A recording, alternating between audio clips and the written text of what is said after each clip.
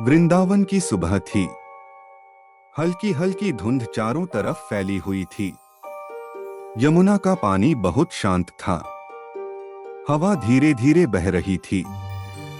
सब कुछ वैसा ही था जैसा हमेशा होता था, लेकिन आज उस शांति में कुछ कमी थी। एक खालीपन, एक अधूरापन। राधा धीरे धीरे रास्ते पर चल रही थी। उनके कदम बहुत धीमे थे, जैसे हर कदम उठाना भी मुश्किल हो रहा हो। उनकी नजरें नीचे थीं और मन कहीं बहुत दूर। जहां भी वो देखती, उन्हें सिर्फ कृष्ण की याद आती। ये वही रास्ता था जहां कभी कृष्ण उनके साथ चले थे। वो पल जब दोनों साथ थे, जब हर बात में हंसी थी, जब हर दिन एक उत्सव जैसा लगता था। राधा को सब याद आने लगा। झूला, पेड़ों के बीच झूलते हुए कृष्ण की हंसी, उनकी बांसुरी की धुन, वो धुन जो सिर्फ कानों से नहीं, दिल से सुनी जाती थी। राधा के चेहरे पर हल्की मुस्कान आई, लेकिन अगले ही पल वो मुस्कान गायब हो गई और उनकी आंखों से आंसू बहने लगे। अब वही यादें दर्द बन चुकी थीं। राधा रुक गईं। उन्होंने चारों तरफ देखा। सब कुछ था, लेकिन कृष्ण नहीं थे। यही सच सबसे ज्यादा दर्द देता था। धीरे धीरे वो यमुना के किनारे जाकर बैठ गईं। उन्होंने अपने हाथ पानी में डाले। लहरें धीरे धीरे हिलने लगीं।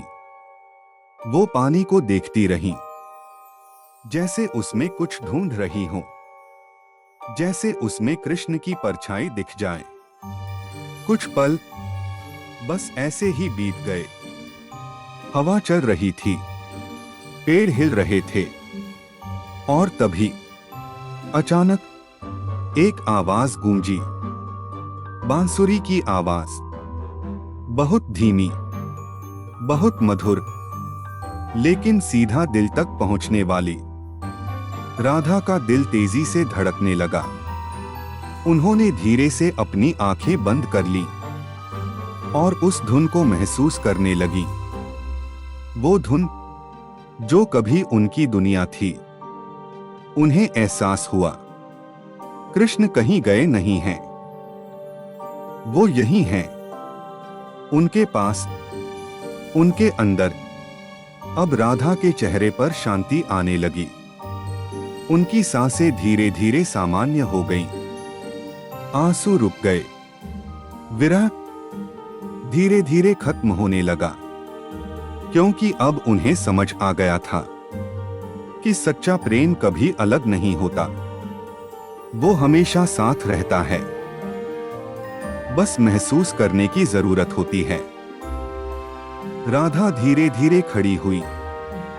उन्होंने आसमान की ओर देखा। उनकी आंखों में अब दर्द नहीं, सिर्फ शांति थी। उन्हें पता था अब मिलन का समय आ गया है। तभी एक दिव्य प्रकाश प्रकट हुआ। चारों तरफ रोशनी फैल गई। उस रोशनी में कृष्ण की छवि दिखाई दी। वो मुस्कुरा रहे थे, जैसे हमेशा मुस्कुराते थे। उन्होंने अपना हाथ आगे बढ़ाया। राधा ने बिना कुछ सोचे उनकी ओर कदम बढ़ाया। ना कोई सवाल, ना कोई डर, सिर्फ प्रेम। राधा ने आखिरी बार अपनी आंखें बंद की और धीरे से कहा, कृष्ण। और उसी पल उनकी सांसें रुक गईं।